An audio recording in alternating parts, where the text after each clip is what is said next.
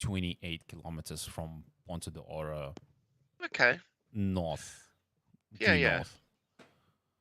I had an option to buy a property there about 30 Oh, years ago, that place is amazing. It's like, and I was humming and hawing about it. It was going to cost me 10,000 rand then. oh, that place is just absolutely amazing. Yeah. Yeah. And what would it be worth today? Have you Nobody wants checked? to know. I'd rather not know. No, look, it was just bush, right? You still had to develop it. They were bringing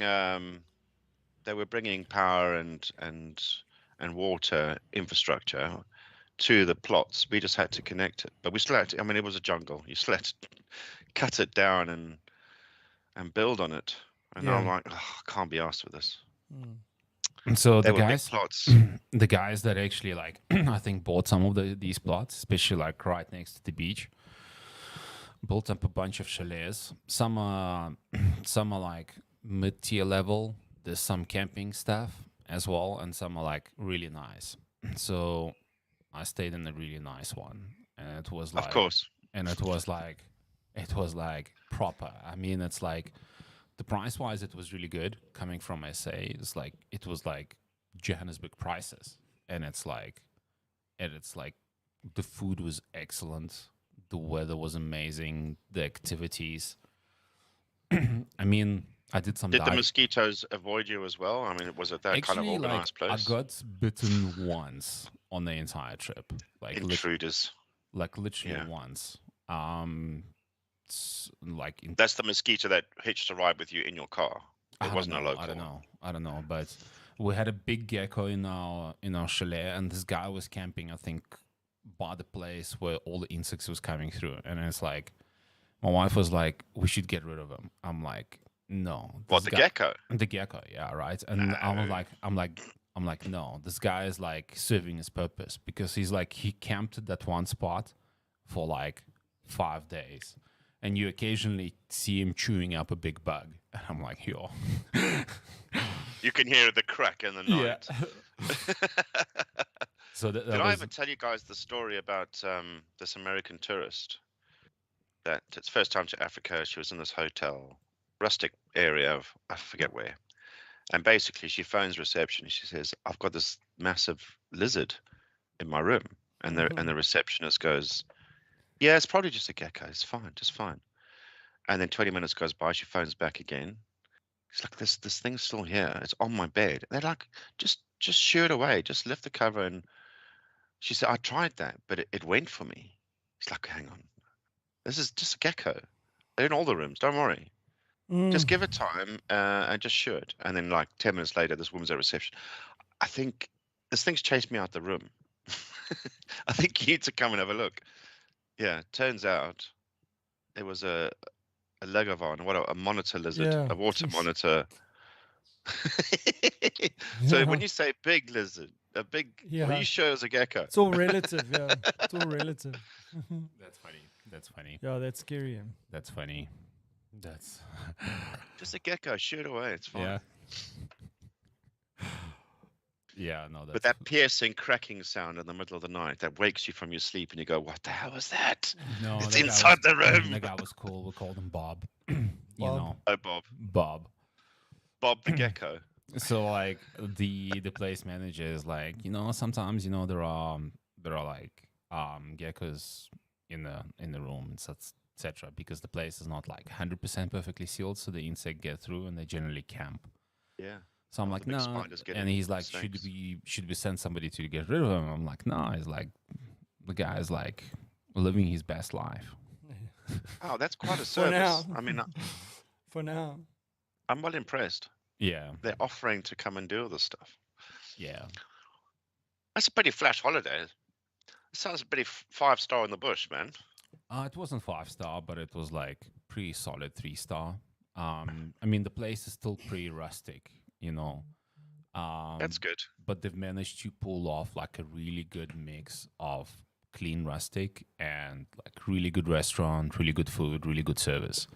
So that was pretty cool. Okay, sweet. And he Nice. was and he was diving there. And I was Oh, diving did there. you? Of Yeah, course you were, man. I Of mean, course. I did 2 dives, and it was quite funny because when we got there, we went down to the diving lodge, which was like literally 5 minutes from where we were staying, and we met our neighbors there. And I didn't realize that These are neighbors your neighbours from in Joburg? Johannesburg. in Johannesburg, yeah. No way. And I didn't realize that, you know, like our neighbor is like an avid diver, and she got like 2 other friends with her who are also like avid divers with like more than 60 dives behind them. One lady was actually like advanced diver with nitrox deep diving certification, stuff like that. I'm like, okay, cool. Clearly, you spend a lot of time talking to your neighbours. No. And then I was like, okay, guys, I'm going with you. So like, we went for 2 dives. It was awesome. It was unbelievable. And the next day we went swimming with the dolphins, which was just next level. It was just. What, on the dive? It sounds like such a touristy thing. It wasn't actually on the Diving dive. It was more of a snorkeling thing. But it's like that group of dolphins that we came across, and there was no guarantee from the start that this was gonna go down, or we actually gonna Get your money back. see anything. It's like, and then we saw 2 groups. One group was like swam away pretty quickly, and then the second group was in a pre-playful mood, so they basically swam with us for quite a while, and it was really cool to like obviously I didn't touch the dolphin, but like one of the dolphins was swimming at like arm's length next to me, which was really awesome. Did I tell you about my emergency surfacing with dolphins? No. Please do. I mean, tell we- us. I've got a lot of stories to tell today. Oh, dude, we here to listen, So- man. So I was on a dive in Jamaica with my wife, and we came across some dolphins beating the crap out of a fishing cage. So basically, the fishermen, there's not a lot of fish in the area. They've all been fished out. So food is scarce for the dolphins. But they came across this fish cage trap, and there was some fish in it, and it's a metal cage, and these 2 dolphins picked this thing up and smashed it to pieces on the rocks and on the coral, and we had to film it. I won't go into that, maybe another time.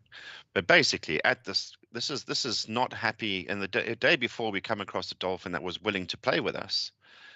These 2 were on a hunt, and we were just cowering behind the coral. It was quite something to see. And then my wife's weight belt.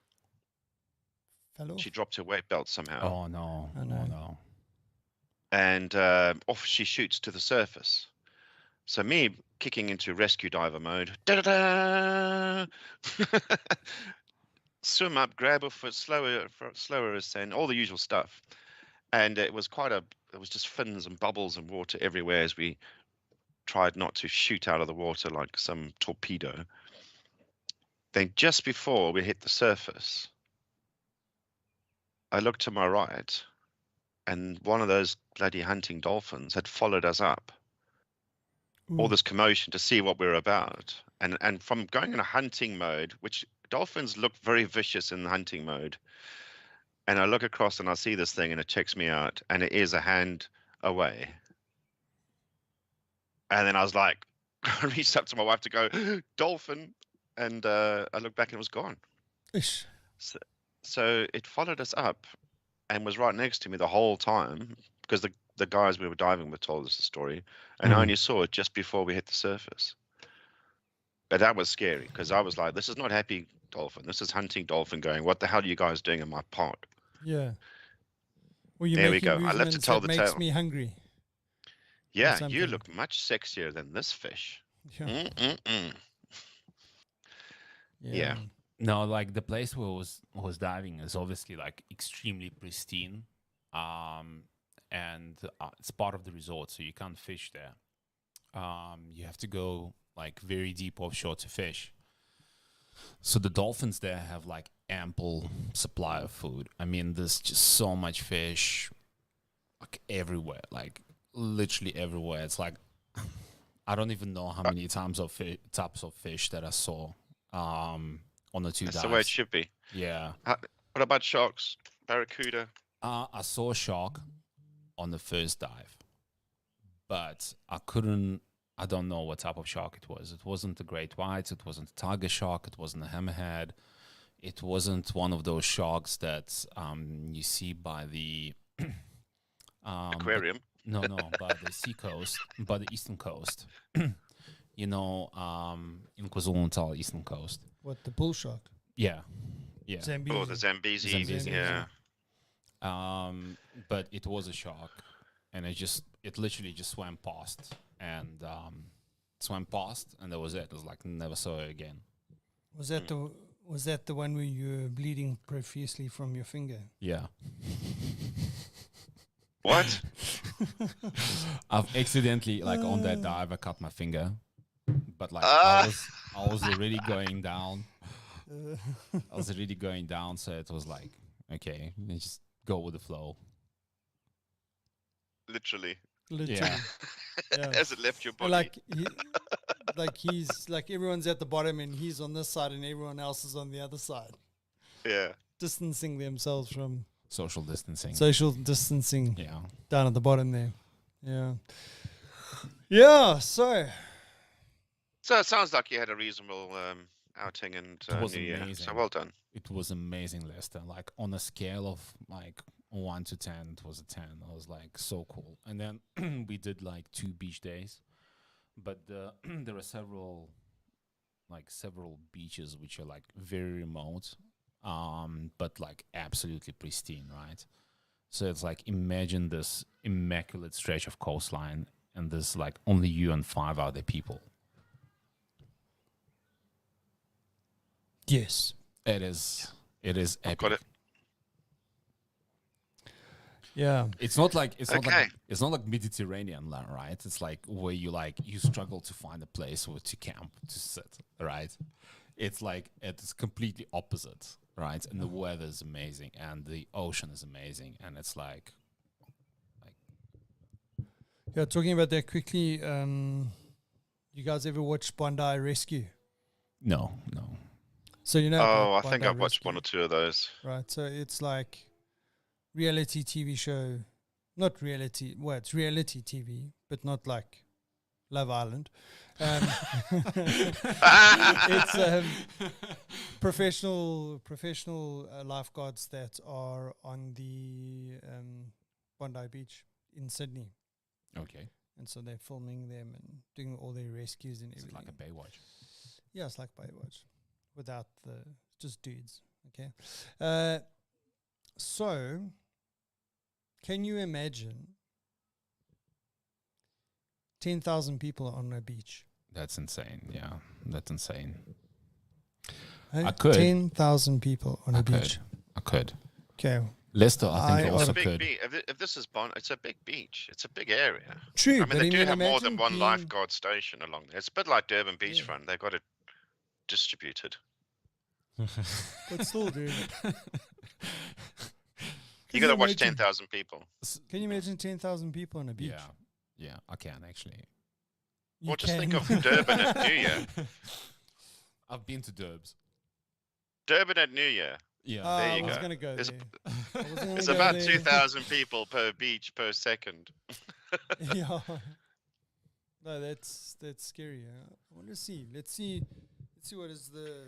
Do you know there's a South African equivalent series No. about Durban. Yes. I know about that. I haven't seen it. What is it called? They've done like two series of it, 3 series. I don't know. What's it called? I can't remember. I don't remember. Um. It gives you a bit of insight. I mean, it's a bit basic, but it gives you some insight behind how Durban handles the Christmas season Yeah. with all the tourists. Because it's not just the lifeguards; it's the emergency services behind it, Yeah. and The security. so that was quite services. interesting. Yeah. I mean, they get ready. They do get ready for this. There's nothing they can do to stop it, and they do what they can.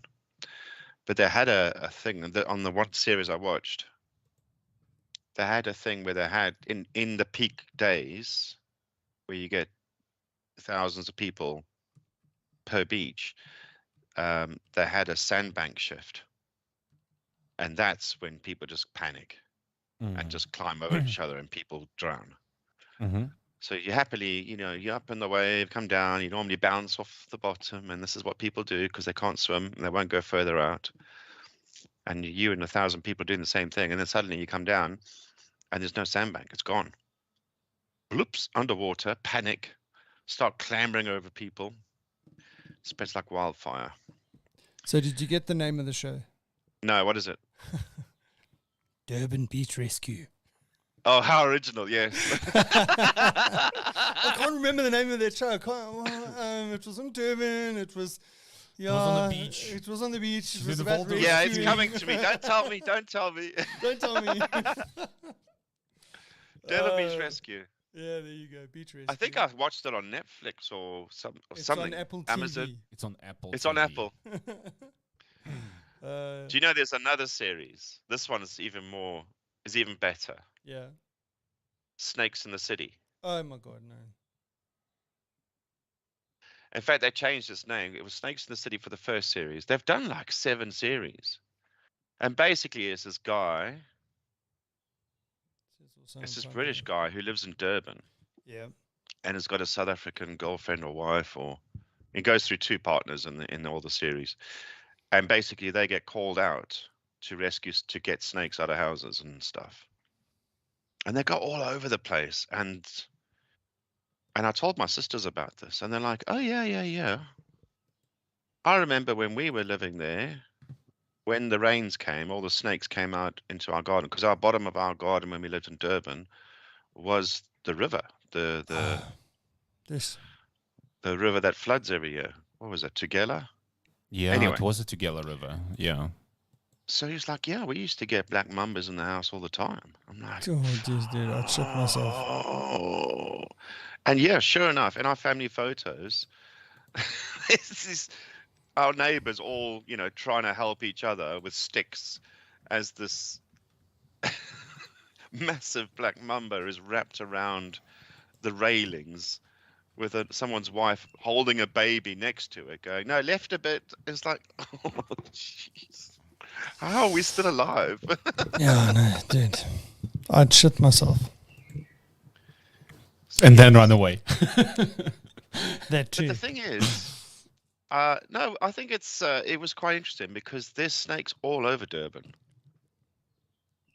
Yeah. And they go to some interesting places. I mean, some of them are the little nature reserves within Durban, but Mhm. that's where they tend to release them. So I'm not surprised. Yeah, catch and release, and what do they find their way home? Yeah, like a construction site will suddenly find a python, Mm. with a nest of eggs. So they've got to relocate this python, otherwise it's going to get squished by the construction vehicles. Mm. And this, when the one I watched, it was like the 5th time they were called. But yeah, it was well hidden, but they found it and they relocated it. But the eggs they also saved, so that was cool. So they do a proper job of saving the wildlife. Yeah. But just like in Durban North, where they got these office parks and the parking's underneath, Yeah. and the security guard notices a snake, calls these guys, and they got like, well, people are going to start leaving work in about 2 hours. You've got to find this puff adder and get rid of it.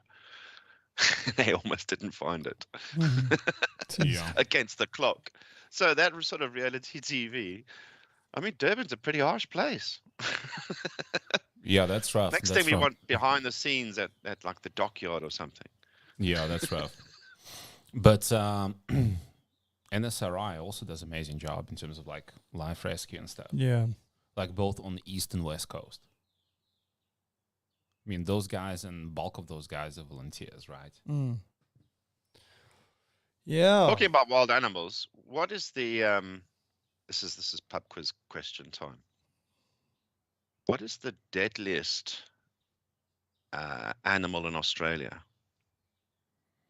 I know this one. And it kills. Oh, go on then. I think I know. Go on then. No, I know this one.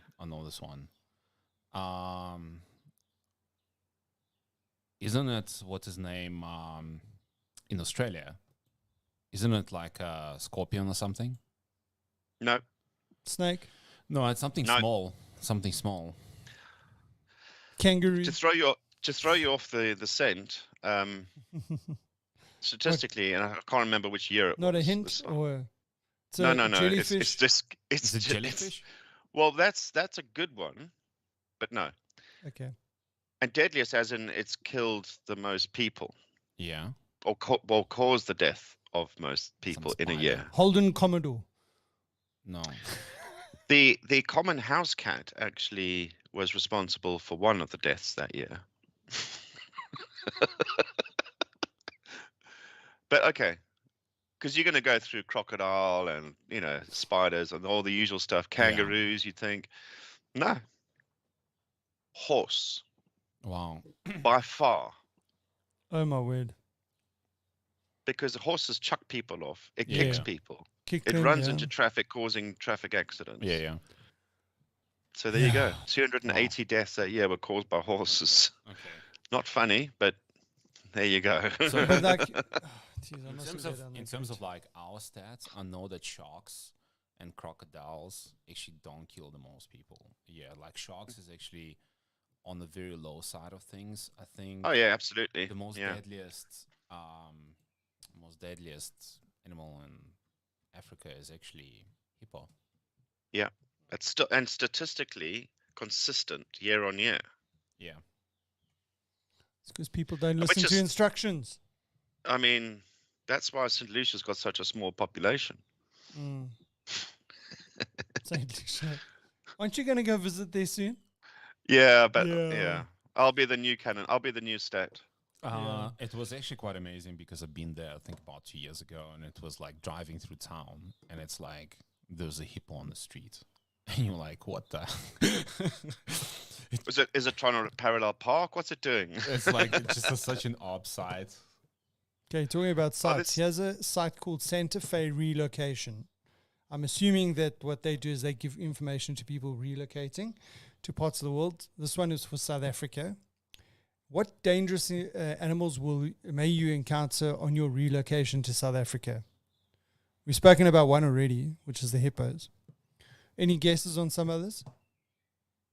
Snakes? They don't make the list. They don't make the list. Nope.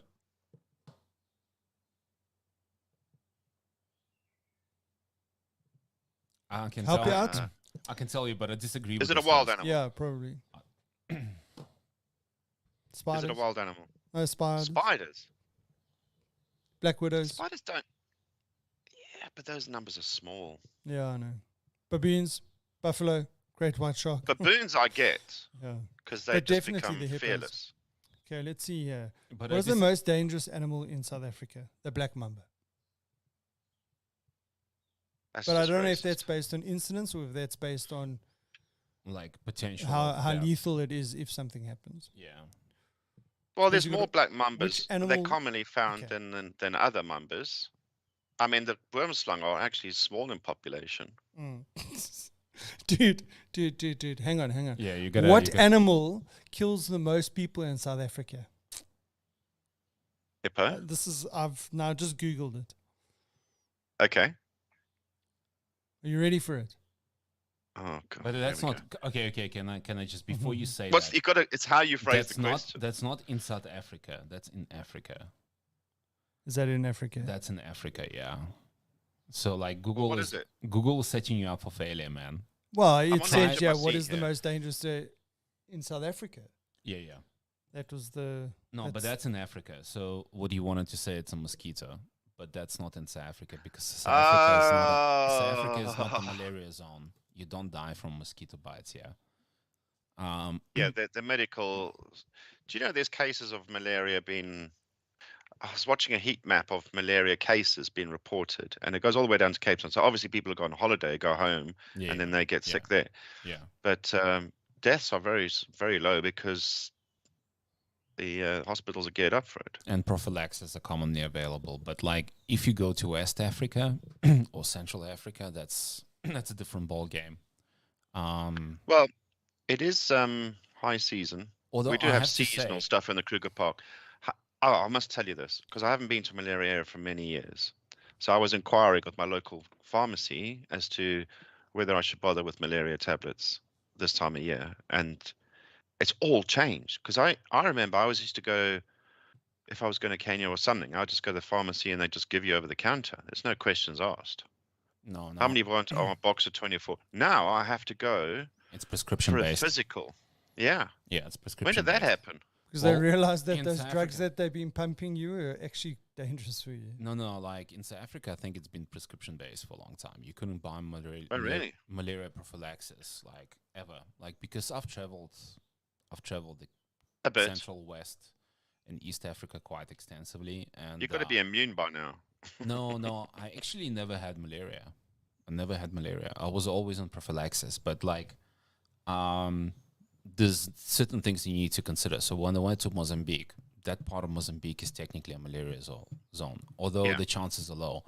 I know I'm going to be there for 5 days. I know if I get it, it's got an incubation period of about a week. So the first symptoms I get, I go to either local GP or hospital here, and they will run a malaria test for sure. Sure. So that basically, and once you basically in Johannesburg, the chances of you falling seriously ill are pretty slim because you can get very easy access to prophylaxis. Now, in majority of the Central, West, and some Southern African countries, anti-malaria prophylaxis are sold over the counter at any shop. Even like a small village shop would have But that's fine. That's how it should be. generic What- anti-malaria prophylaxis that are dirt cheap. I think I've bought some in Guinea and it costed me, I don't know, $2.50 for a pack Of 28 pills. of 28 pills. Yeah, but they were generics, but they still like, you know, Oh, I as, don't have a problem with generics. as effective. So yeah, the problem is like once you're there, it's like it's not hot in basically 8 out of 10 cases if you're getting a flu, you have malaria. My father got malaria when he was in the army in Kenya, and they were in the middle of nowhere. Mm. And this was the 60s. There wasn't this precautionary, you just if you got sick, you go to hospital. But if you're in the middle of nowhere, yeah, it took them too long to get him to a hospital. Oh. And he was stubborn. But yeah, the side effects of that, I didn't realize how bad it was. If you survive, it's not only that it comes back like every year or every few years. You get it again, it resurfaces. Not as to the full extent, but it's enough for you to be ill. Yeah. But every time it comes back, it does more and more damage to your liver. And the central nervous system. So, yeah, it's a lifetime impact. It's not just a Yeah. one-off thing. You're over it. So there's also different malaria strains, and in some It's like COVID. in some regions in Central Africa, you get malaria stroke called cerebral malaria. So it doesn't really attack your liver; it attacks your central nervous system, causes you to have. Well, look, it kills you much quicker than the other malaria types because, like, if you don't get treatment within a week and a half, you most likely, will never walk again if you're gonna be alive. Yeah, that's scary. Yeah. What about tsetse fly? Do we still have a problem with tsetse fly? But tsetse fly doesn't like, it just lays eggs under your skin. It doesn't like actually do anything. It's Yeah, just, but how many people are, get sick or die from the side effects of the tsetse fly? it doesn't cause a blood infection. It lays the eggs under your epidermis for the incubation of the eggs, and then it just creates a visually bad sight, but it doesn't kill you. It used to. I'm thinking back 100 years. Okay, 100 years, yeah, maybe, but like now it's like it doesn't really kill you, and it's pretty easily treatable to the point where you basically put Vaseline over the eggs, over the spot where the eggs are injected, and that's it. It's done deal. That's it. Vaseline hadn't been invented yet.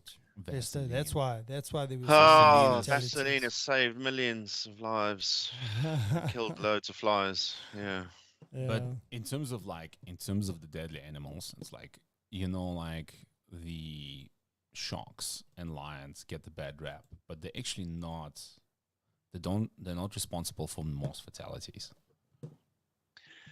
Well, there's not that many lions left, so statistically, you have to be in the bad place at the worst time Yeah. for you to be affected. It's the same with sharks. You really have to go looking for them. Yeah. I've only seen a great white once, when I was doing shark cage diving, and I only seen the target shark once. But they're amazing underwater. It's like you have Yeah, to. but hang on. If you were cage diving, that means they're already bloodied the water, Mm, so you're naturally going to attract them. yeah, yeah. Did you see that YouTube clip where the shark got into the shark cage? Yeah. That was in Mexico. Yeah, Yeah, yeah. and the diver survived. Well, I mean, I would have. Yeah, I'm not sure what I would have done.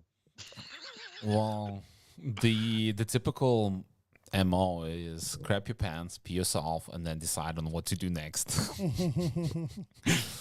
Generally, these things happen Do very I quickly. pose for a selfie just before I go, or? Yes. Wow, I mean that Last- was insane. Last chance to monetize on TikTok. Yeah. A quick update your will as to who gets the revenues from this shot. Yeah. Yeah. No. Okay. So enough about the holidays. Let's talk about the big news. Yeah, we've gone on to deaths. Great holiday, but let's talk about death. Yeah. Let's. What else is going on in the world? Let's talk about big news, guys. You saw Ken Block and the snowmobile accident. No, what? Didn't you see? Why didn't you No? hear the news that Ken Block has had a? Oh, yes, I did. accident. Sorry, yeah, I did hear. Yeah, that's a shame. And you think you know what he was doing on extreme sports, but anyway. Yeah, well. Guys, I'm telling you, after Shumi and Ken Block, I'm done with the snow sports.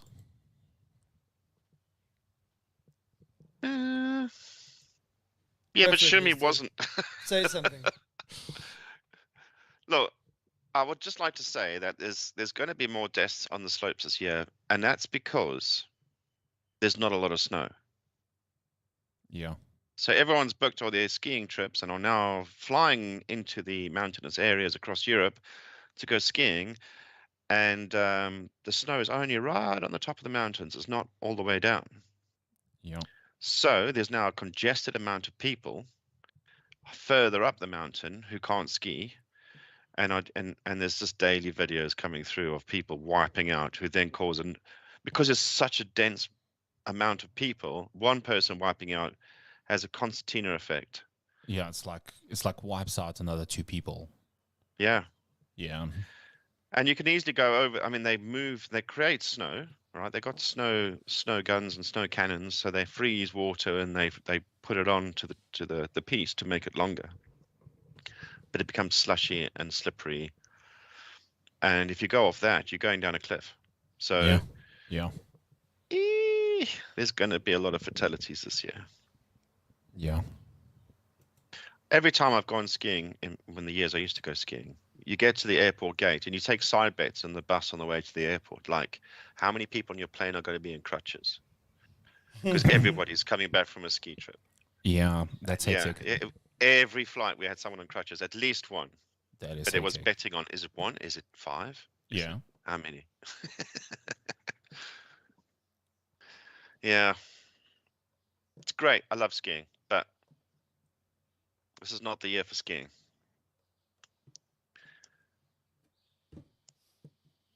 As simple as that. I was looking at what had actually happened in the accident. Going up a steep slope. In a skidoo, right? Snowmobile. Yeah, snowmobile. Upended and landed on top of him. Yeah. Like for me, that's like he's done all these dangerous things. Yeah, I don't know. But maybe you become blasé about the danger, right? Because you survived so many precarious situations before. Yeah, true. True. Any Did you normal know that person he would have got was- halfway up and just stopped revving. Yeah. Did you know that he was one of the co-founders of DC Shoes? I did hear that many years ago. Mm. Yes. No, I didn't know. I didn't know.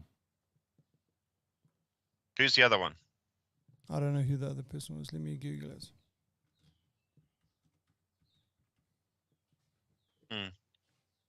So what other big news has happened?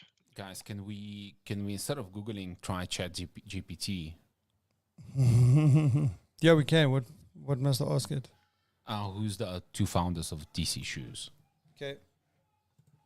GPT.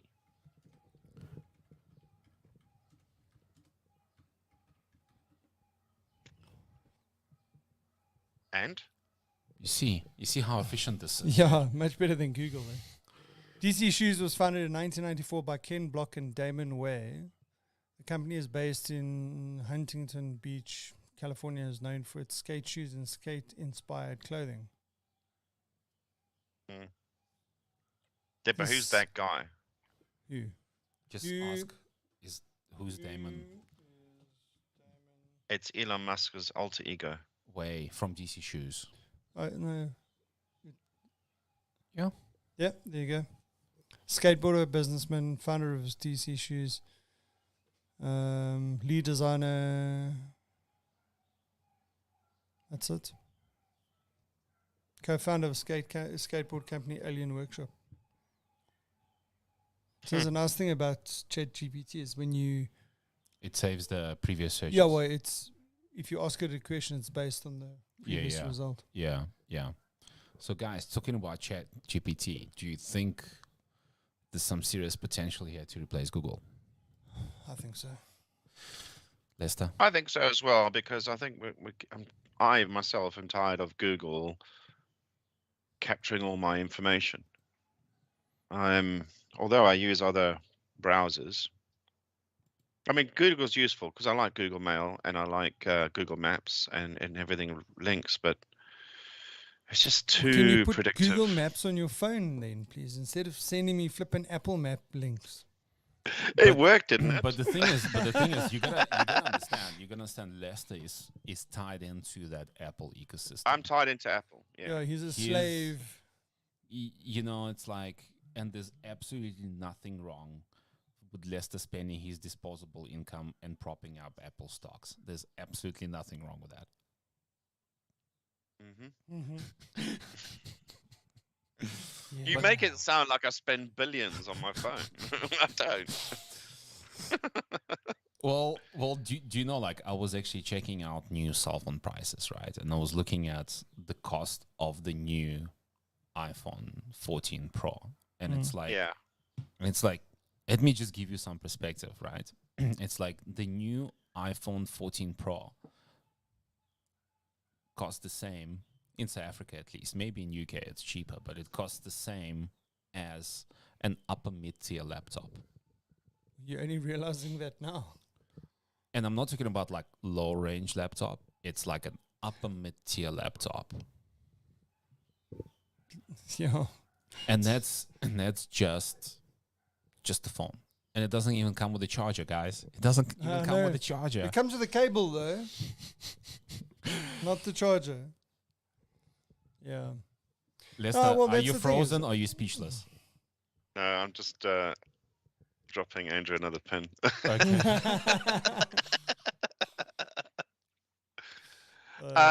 Yes. No, I don't. Laptops have got so much cheaper over the years, though. And they don't need the full functionality that they have. Oh. But there's other competitive devices. A lot of at home, you don't really need a lot, depending on what you do, I suppose. But for most households, basic office product and an operating system and a search engine, that's all you need. That's true. So That's true. I think the price may fluctuate with a shortage of silicons, as always happens. But Lester, do you own other Apple products besides an iPhone? Like, do you have an iWatch? Do you have a? I have an iPad. You have an which is iPad. in need of replacement. Yeah. Okay. And do you own an iMac? No. Okay. But That's not to say I won't get one though. The only reason I've always liked the Apple product, except I don't like the way the operating system is pretty much locked down. You can't do stuff. yeah. So if it breaks, you are properly screwed. Mm. And they cost more than they should. I do have an Apple repair place in my town though, which is quite unusual because there's not that many about. So if things do break, I do have somewhere to go just around the corner. Okay, but I think you have like a lot of like repair options for the Apple products is because they're so like common and popular in the UK. Right? I mean, Apple is as popular as it's been for the last 20 years. It's not got bigger market share or less market share. If you're fond of Apple, you will stay with Apple on the laptop side. You know, a lot of people involved in media creation and all the creative side of digital art and desktop publishing and all those good things, or video editing, Apple is the product that you're going to have because there's nobody else that really does it to that extreme. Controversial statement, but that's traditionally how it's been. In fact, 30 years, and that's how they got their market, their foot back into the market. I don't see that changing. But does that mean I would have, if I had an Apple laptop, would I have all the other Apples? Probably, because they sync. Yeah. So you would so are you leaning towards like further investment in the Apple ecosystem in terms of getting like other gear? If I'm going to change my phone this year. Yeah. Because I've got an Apple. Hang on, what is this? You got an iPhone. I've got an iPhone 10 or 11. I can't remember. Yeah. I can't even get it out this bloody holster. Okay, I've broken my phone. What is this? It doesn't even say after all that. After all that effort. I might have to actually just use the. Let me go into. No, I'm not going to do that. I'm going to replace my phone this year, and chances are, I would say 65% I would go with a new Apple version, but there's still a chance I will be looking at the others. Okay. Because I quite like the flip phones at the moment. Yeah. So you should seriously consider, like, if you want to get into flip phones and if you want to have like an experience where you get an experience where you get the phone and the tablet in the same device, you should seriously check out the Samsung Fold. I think 4, Andrew. Like, yeah, I wouldn't go for that. Well, just check it out. You know, it's like. I wouldn't go for that. Okay, but there is also like unknown February S23s releasing, and apparently it's going to be like generational leap. Do they say that every year? No, but apparently. So going back to GPT. If we're all on the same page that GPT is probably going to do all right, and Google's going to start disappearing, I can't see it disappearing because it's because you don't internet search something, you Google it. All right, that's part of our language now. So I don't think it's going to disappear. Yeah. But I think market share would be reduced. Yeah. But they're still going to get massive amounts of money because in advertising revenues because of it being part of everyone's life now. Yeah. So I think. But would you buy a Google phone these days? Well, you can't get them in South Africa. We can't get them in the Can't. You can't get a Pixel what a here. shame. Oh. Okay, I'll shut up now. Yeah. I think from my perspective, I think Android makes more sense because I'm like, if I think about myself, I'm tied into Google ecosystem, and the reason why I'm tied into Google ecosystem is it's cheaper, right? So that's personally, right? Professionally, I'm tied into the Microsoft ecosystem. And on your phone? No. Well, even on my phone. I mean, I have Outlook on my phone. It's like yeah. So all the apps are available for all types of phones, though. Yeah, the Microsoft ones. Yeah, but with Apple, if you run Outlook on the Apple iPhone, it just explodes. I'm just kidding. I'm just kidding. I'm just kidding. You use Safari Mail or what? What is the mail application? I haven't got my work phone in front of me. I think it's Outlook. Okay. Okay. Cool. But yeah. So for me, it's like Android ecosystem is the way to go, and it's like actually what I've realized is like as the years go by, it's like I'm becoming a lot more selective about the apps that I use. So I actually have very little apps on my phone. Well, that makes your battery last longer. True. But going back to ChatGPT, it's like, I mean, this is the third iteration, right? This is the third iteration, and as Andrew pointed out earlier, right? This is like a library that can be taken on and basically just improved. The model can be improved around the specific topics and specific areas, and you can pipe in a lot more data, and you can get essentially better results around the specific area. So, for example, say the way I picture this is like people can take it and apply it in the medical field, right? But what are the implications of applications of this tech in, like, for example, say in various fields? I mean, we were already briefly before the podcast discussing it. You know, the implications for journalism, right? You give 3 topics to ChatGPT and it can basically write you a New York Times story with a specific focus on a specific area, right? So, I mean, what are the implications for journalism? What are the implications for like everything else?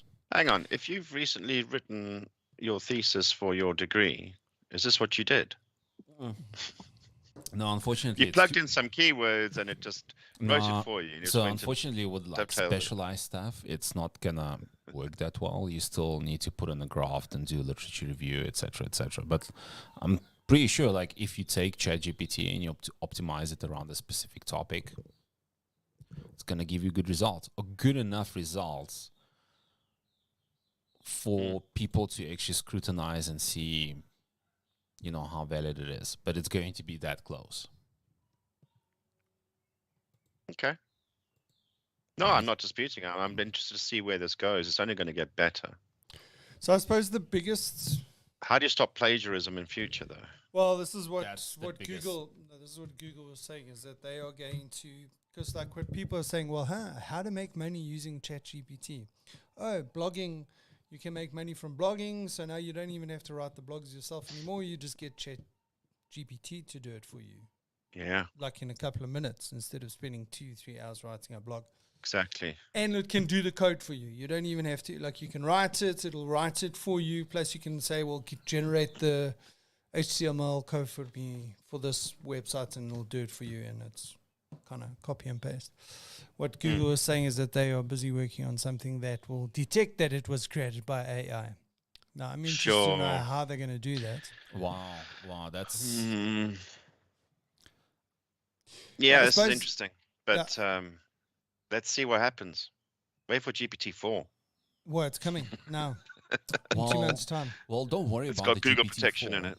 GPT-4, like, it's not going to stop, right? So there's going to be GPT-4, GPT-5, 6, 7, 8, 9, 10, etc., etc.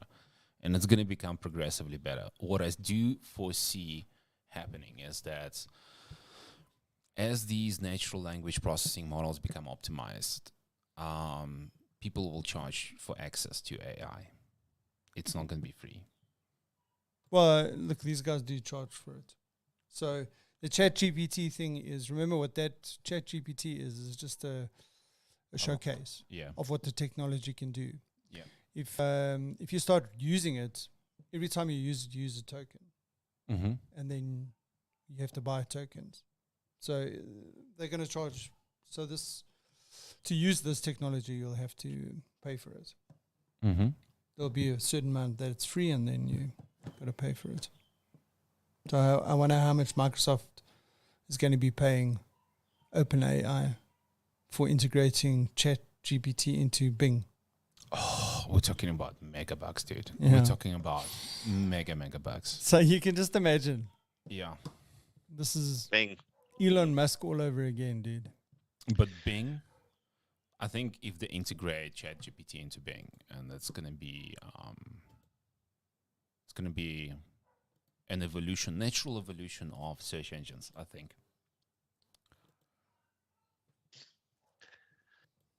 Well, it's been a while. Might as well. Still don't know what we're going to do with Twitter or what Twitter's got to do with Musk. Still waiting to see the outcome of that. So this, so here it is. OpenAI that did ChatGPT or wrote GPT was founded in 2015 by Sam Altman and Elon Musk. Yep. Like, dude, this guy's got his finger in almost anything. But can you imagine? So the initial investment was like $1 billion, right? Can you imagine how much money they're going to make? But I see Musk resigned from the board in 2018. Yeah, Like I mean, it's remained a been donor. 5 years since he was involved in that part of the organization. Yeah, he was part of that independent organization when it started, Yeah. but not anymore. But still, I mean, the fact that anyway. Thing is, he knows the people who know how to do stuff with this, and he'll adapt it to his own. But what's this got to do with Twitter? I want to know, what was the strategy behind Twitter acquisition? Yeah, true. And then, so just going back to the sort of AI stuff where they're generating like text, essays, blogs, whatever, with AI, being able to create images with AI, illustrations and all that kind of stuff. So there's obviously a fair amount of pushback from the creative world saying, oh no, this is the end of creativity or creative jobs or, journalism, photographer, graphic designer, etc., etc. What are your thoughts on that?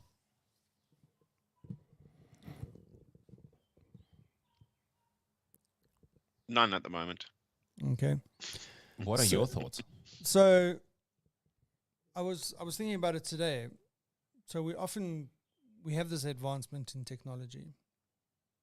And think about like someone that's like a graphics designer or even a person doing, let's use photography as an example. So like in the 70s or the 80s, whatever, everything's film. You're developing it yourself. Let's say you're developing it yourself. How do you improve your photograph? Well, you've got to get your settings right. You've got to using different filters, different lenses, composition, etc. The photograph processing method has an impact on what the photograph looks like. Okay, that's it. Okay, and as the years went by, there's better equipment, better filters, and then one day digital photography comes along, right? Then in the beginning of digital photography, well, you can take all these fantastic photographs and it's, point and click and whatever. Then they got into the SLR cameras, and then all of a sudden you've got these high-end cameras that are being able to take digital photographs. And then all of a sudden Photoshop comes along, right? And now you can take a photograph with a high-end camera, with a full-size sensor, take it in full raw mode. So in other words, there's no compression, there's no processing or anything like. You can take that photograph, you can put it into Photoshop, and you have all this control over that photograph. Now compare that, the strength of that, compared to back in the 1970s when you took a photograph with your Nikon and you were processing it. So if you put those two together next to one another, forgetting the amount of time that's passed, that photographer in 1970 shat himself. If he was shown what was able to be done in 30 or 40 years ahead, right? Okay. But because it's this progression, and for us it's like an acceptable advancement, it doesn't scare us. Now all of a sudden what's happening is these things are starting to happen exponentially. And all of a sudden you've got a person that has to come up with an idea on how to create a character for a children's book or whatever. And they have these ideas or thoughts in their heads, and they go and they sketch it, and they might use an electronic pad like a Whatcom or something like that, right? But it takes them hours to generate this. Now someone can go to DALL-E, which is the open AI illustration AI thing, and they can just put in the words, the thoughts that that person had before they went in. They can put those words in there, and it generates the image for them in less than a minute. Okay, so that jump is what is scaring people, is what I think. Because if you took that photographer there from the 1970s and he kept up to date with technology, he would be using Photoshop and creating these amazing photographs in Photoshop. Whereas, well, now the creativity is, how do you manipulate the AI to create the image that you have in your head without doing it manually? No, I get that, but okay, I'll give you a few then. Yeah, go for As it. you're fishing. He The is fishing. photographer in the 70s was probably very excited about, if he knew what was coming, he'd probably be very excited. Because yes, he only knows how his picture turns out, and if there's something that needs to be adapted Once he develops to it. make his picture even better, he'd be more excited about it. Think about how long it took to process and make pictures, and how many things went into the whoopsie bin unnecessarily. Anyway, fast forward, there's so much stock pictures out there now. If you're looking for something, and you could probably find it in stock images somehow, somewhere, if you've got the time to find it. But if you haven't got the time, then this all makes sense, that a picture can be created for you. Does that change how people do photography today? Probably over time. A lot of people like photography because it's on their phones. They like they're capturing the moment that they are in. I mean, they miss music concerts because they're on their phone trying to capture it, or they miss a moment in wildlife picture taking because they're on the phone trying to get the right shot, and they actually miss the experience. Photographers will still be photographers. Mm. If you want to capture your moment, you're still going to want a photo of it for now. Let's see where this goes. It's when we start getting into automatic capture, picture capture, where you don't have to faff around with the right lenses and things because it's automatically done for you. That's when I start thinking, this is going to become a niche hobby, like looking Okay, so now after vintage cars. you made a very good point there about stock footage. Thank you. So now what is the, okay, but now let's think about that. So what is the, so like why didn't the fact that all of a sudden there was the stock footage, like what made it not kill the photography industry? Because I mean, theoretically, stock footage, you could have a handful of photographers that are generating stock footage of anything and everything around the world. And well, then you wouldn't commercially, you wouldn't need more than X amount of photographers. So what's driven photography continually in the face of stock footage? And then we can extend that question to what do you want your stock footage for? Well, yeah, that's the thing. And then I'm extending it then to the AI thing. Is that, would the reason be the same? Like AI is not going to kill photography, as an example. Well, I'll tell you I what. don't think it will. Yeah. And I was reading an article the other day about a photographer and what his business is he takes photographs for creating content for businesses. So like advertising and that kind of stuff. Yeah. So Picture models, people, buildings. Yeah. Yeah, but like for instance, like his customers' clothing as an example. So they bring out a new range, whatever, and then what he's doing is he's got the models on his list. He sets up the shoot, hires the venue or hires the studio, takes the photographs, etc., etc., etc. Okay, there's time, there's money, availability of the models and all that kind of stuff. But that's what his thing is. So now what he does is he takes AI, he brings the models into the studio once, green screen, takes photos of them from various angles, pumps those photographs into an AI engine, and then doesn't have to use the models again because any request that he gets he can put that model in that scene, change their clothes Yeah. using AI. Yes. So he's fast-tracked his process of generating that content. But on the flip side, the models only get used once or twice. I've noticed this already on Amazon. I was shopping for T-shirts across different shops. It was the same Yeah. model in the same pose, Yes. different T-shirt. Yeah. Yeah. So look, I I mean, mean, this is going to put the modeling business out of business. well, yeah. Well, that's what I'm asking. I was like, okay, what does this mean? Because there's the negative side, there's the positive side. How do we compare it to what's happened in the past? Why does it feel so daunting now? Was it as daunting previously? Like, what is it? I'm just talking out loud and just saying, well, because there's a lot of pushback on the creativity side in terms, I mean, the guy goes and writes. Or you've it's got going to these create peop- jobs for the ones doing the manipulation. Yeah. So the problem with every technological revolution, right, is that it basically, like it created tons of other jobs, but very often not for the same skills as the people with the jobs being eliminated.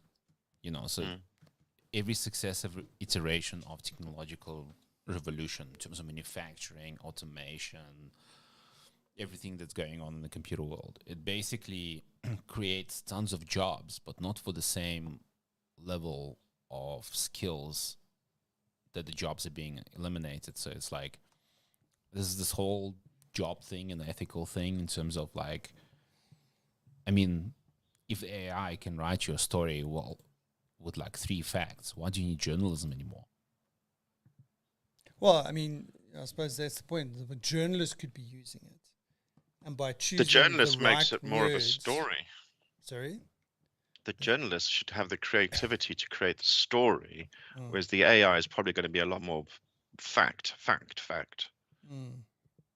don't know. How do you?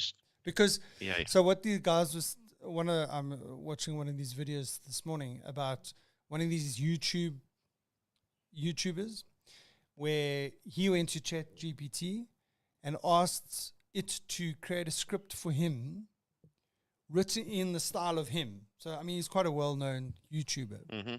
So he asked the Chat GPT to write it in his style. Right, and it wrote it in the style that he speaks. It wrote it in his style. So I was playing with it today. Asked ChatGPT to write a poem using in the style of Eminem, in the style of Bob Dylan, You serious? in the style of Metallica. Mm-hmm. So it writes the thing. There are some things that are common, but there are certain words that it changes in the poem that are similar to how that person would write a lyric. Yeah.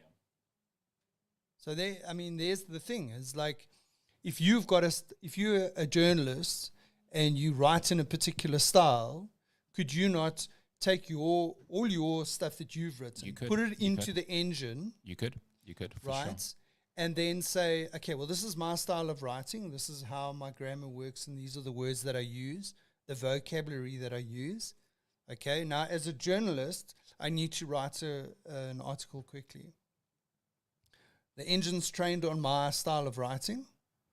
I give it the facts and ask it to generate the story for me in my style. And you could probably go in so many words. You could probably say, yeah, 1 page, 2 page, 100 words. Exactly. Yeah. So I don't know. So that's what I'm saying. Is it is it the death of journalism, or is it that the journalist now uses that as a tool to speed up his process? I don't know. Anyway, but here's an interesting one. This guy used AI to publish a children's book in a weekend, right? So this guy was playing around with ChatGPT, right? And he started thinking about ways that he could use it. So he decided to make a simple children's book to give to his friends.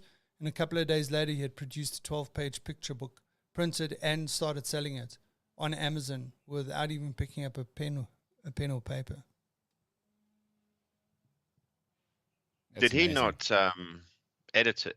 He must have read it and had a look to see if it actually worked before he went to publish.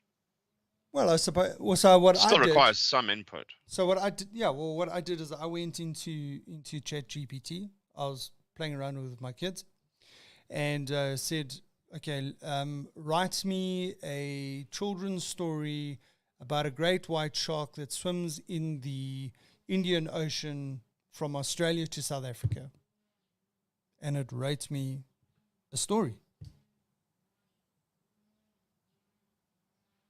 Was it a good story? Yeah, Was it was pretty good. grammatically correct? Yeah, all good. Did it give the Latin name for the great white? No, it didn't. Did you ask for illustration or was it just text? No, well, the ChatGPT is just text, and if you Oh, yeah, use yeah. Dali, Sorry, yeah, if yeah, you use Dali, then it's the. He did say. But so like the feeling that I'm getting is like the sense that we're getting is like we're on the cusp of the next technological revolution that's going to be driven by the AI. I agree. I think we're on that second Like maybe we're not technological age. We're not maybe we're not quite there, but we're getting there pretty quickly, right? That's the feeling that I'm getting.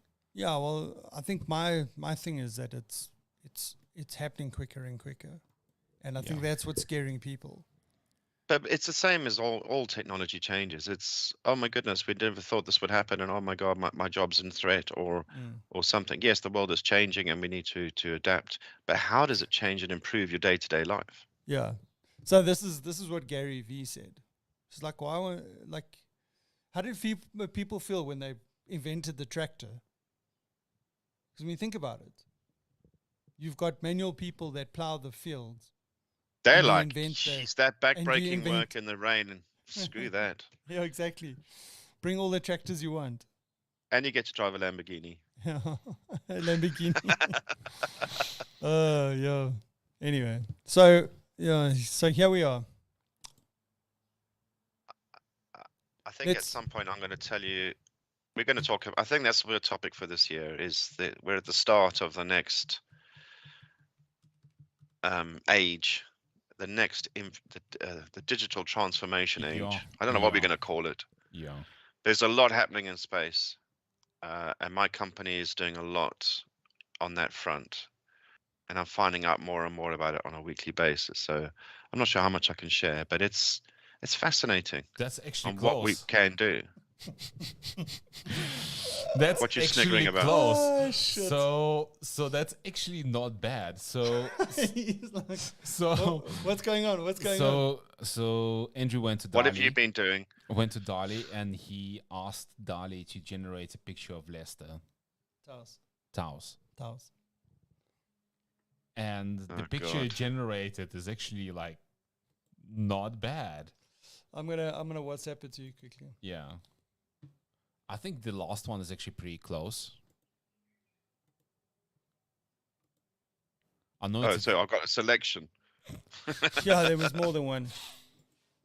Okay, here it comes. Did it send it? No? Just wait. Give it a second. I think I mean, this is great for the listeners. I'm on the edge of my seat. I mean, this one's better. This one is I'll pretty send close. I'll send this one too. I mean, it even got the facial structure right. Does it have big ears where my headphones would be? This is more like basically period era Lester. Okay, so WhatsApp has decided that it's going to hang now. It's WhatsApp is crashing; it cannot handle. Okay, so what I'll do is I'll send it on It's the chat sexiness. Could you ask it to generate a picture of Oleg? Yeah, I'm going to do that now. Wait, what's happening with my picture-in-picture?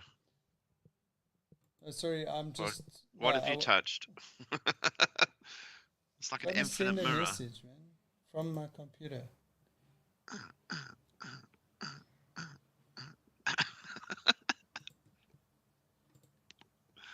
This is like poor broadband.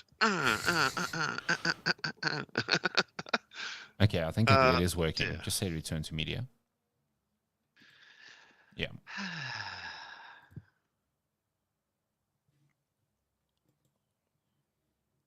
Nope. I have a message come through. And then Oh my find god. Mhm. What the hell? I look like a pedophile. them. Come on, dude. It's like I don't have that much hair for starters. no, but it tried to do a job, like a fairly decent job. So how does it go off and find a picture of me? I have no idea. So Andrew's trying with me now. I mean, it so does- that's gonna be It entertaining. does look like a Lester, to be fair. Lesters are generally school teachers, newsreaders. See, I've got 6 credits left. Okay. I don't know. Not Okay. even close. Have you done one of Oleg now? Yeah, not even close. Not even close. No. One thing I wanted to see is that you can actually upload a photograph and then modify it. Okay. Interesting. Okay, so if I remember correctly, I do have a photo of Lester. Okay. Okay. Where was it? Under Weekend Craic Media. Was it here?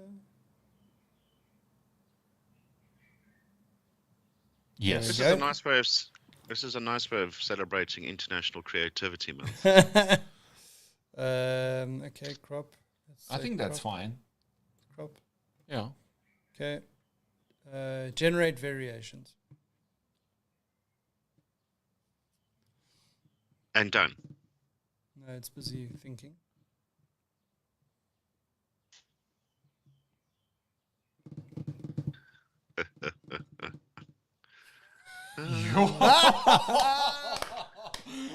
Oh my word. I'm sorry, but you have to see it. You have to see it. I think this one is Okay. classic. Show your screen. Let's see. I'm going to share my screen.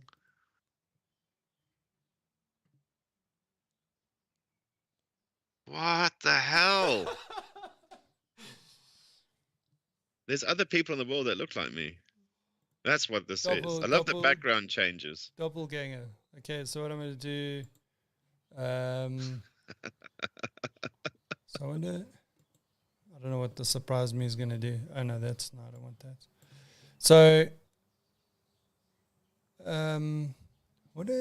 how you can modify the variation? I don't think you can. I'm sure that the guy said you could.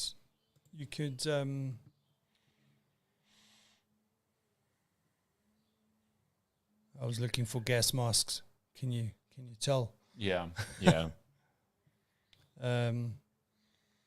Check all these. That is Yeah. cool. That is cool. Yeah. Anyway, so it was fun. I wanted to see if I could make a pixelated. What's that? No, it's not. It's not good podcast material. Who's watching anyway? No one watches. But it's episode 98. Oh well, Send it. we'll do. We'll You do know, one something day for people are going to go and look at the backlist. the backlog, the The back backlist. catalog. Okay, I guys. wonder Let's if wrap. we can get AI to generate the episode for us, and we don't have to do anything on a Saturday. We can try. Hey, We can Yeah, try. but you're going to have to Generate the video input for us. things. How about this for the Yeah. next You're episode? going to have to predict Formula One scores and that kind of thing. It's not I'm easy. very good at that. Okay, no, let's just not go there. Let's just not go there. But how about for the next episode, we get ChatGPT to generate the script of the episode? And we read it verbatim or what? No, generate a Okay. script. Okay. Like, and then we basically Generate a stick. podcast conversation. Yeah, About script. called the Weekend Craic. Give and- topics. Give the and topics for topics discussion. that we would like to speak Yeah, yeah. about are this, and this. Yeah, Dude, you just gave me an idea for the planning of the podcast for this year. it's done. It's done. Thank you. It's finished. done. Finished. Thanks. Okay, dude. Guys, let's wrap this We've up. got, and yeah, Lester's not here this week. In his place, we've got ChatGPT. Well, dude, imagine the time when you say to me, listen, I can't make this podcast. Oh, no, it's fine. I'll just use your avatar. Yeah. But And I your think, avatar interacts and everything, has I a full-on think- conversation with I us. think we're gonna get there. I think we're gonna get there in terms of like you gonna have a doubles. You can gonna have your AI doubles. So for Oh example, my say God. if you can't reach Andrew because you're in the bathroom doing an Yeah. important business, right? You reach, and it's like something urgent. You reach Andrew's avatar, and you're like, Andrew, I have an emergency. Like, I need your help. Could you please order me an Uber? And your Deep avatar, fake. Deep fake. and your avatar just like orders, let's say, your daughter an Uber, right? And that's a done deal. Oh my God. Meanwhile, like, you didn't even like have to participate in that decision making at all. I'm starting to have an anxiety attack of what the possibilities are here. Oh dear. Anyway. Right. Should we kill it? Yeah. Well, I was gonna. Do you want to know national days? Hit us. Go for it quickly. It's National Pass Gas Day. So you were talking about gas masks. Oh, yes. It is National Pass Gas Day. Do you guys have bobbleheads? You know the little toys that just do this? Yep. It's National Bobblehead Day. So give them a little whirl. It's also Dry January, Manuary, Veganuary. You get the sense of people try and do things in January. No, not me. So Manuary, be more of a man in January. That's weird. It's National Clean Up Your Computer Month as well. You got a whole month to do this. Oh, that should have been in December when I was Yeah, on it's leave, December. dude. That's December. But that's Hey. not just cleaning up file space. It's actually opening it up and hoovering all the dust out and giving it a good MOT. It's also Get Organized Month, no surprise. National Be Kind to Food Servers Month. Not even day. They get a whole month. International Creativity Month. Get a Balanced Life Month. It's all this about starting the new year, getting your stuff together. Wow. Okay, more facts and figures though. This is better for me. It is today's birthday is shared with, if I can find it, Da-da-da-da. Nicolas Cage's birthday today, Wow. and Lewis Hamilton. Yeah. Sorry, did I Lewis snort Hamilton. there? Accidentally. Did I think was that out Accidentally. loud? It's accidentally. Yeah. Lewis Hamilton is 38. It's getting old. I'm like, he's been around for a while now. Mhm. On this day, would you believe it snowed in the Sahara Desert? When? 15 inches reported in northwest Algeria. And that was only 5 years ago. Wow. There we go. And also Tesla died on this day, the original Tesla. Yeah, Wow. not the car. Nicholas Tesla actually passed away today. Yeah. Okay. Interesting. He died during the Second World War, but not of war-related aspects. Suicide. No. I think it was illness. Tesla. Yeah. No, Go he had, Google it. I'll tell you. His nationality was Serbian. Yeah. He was born in what was the Austrian Empire then, which is now Croatia. I didn't know where I thought he was I from. was thinking about. Yeah, it's Turing. Turing. I was Turing, thinking yeah. about. Coronary thrombosis. Ah, That's there what he you go. died of. Essentially Yeah. blood clot, right? Yeah. Yeah, sorry, I was thinking of Turing because he Alan committed Turing. suicide. Alan Turing? Yeah, I think it was. Alan Turing. On this day, there was a crackdown on lovers in New York City in 1902. So basically, as if you were in New York, you weren't allowed to have a little frolic. So, sorry to interrupt you, but so Was he done? So he put a picture of himself, and he asked to generate a version of like different versions of himself using Share. Dali, and Share. he looks like a young Orthodox Jew, actually. I love the one on the right-hand side. Is that a cap in your mouth? Yeah. You do. If you had one of those little Orthodox Jew hats on and longer sideburns, you'd be in the gang. he'd be so like legit. I'm loving the T-shirt slogans changing as well. Yeah. Ah, shalom. Shalom. Guys, on that happy note, let's wrap this up. Yeah, it's getting out of hand now. Cool. Well, I'm getting out of hand. Sorry, guys. Yeah. no, Yeah, it's you getting are awesome. way out of hand. Thank you so much, everyone. See you soon. Snicker. See you soon. Well, in the interim, you've got all those pictures that you've generated of me to hang up on your wall. Keep one on your desk, in the car, on your phone. Have you seen this man?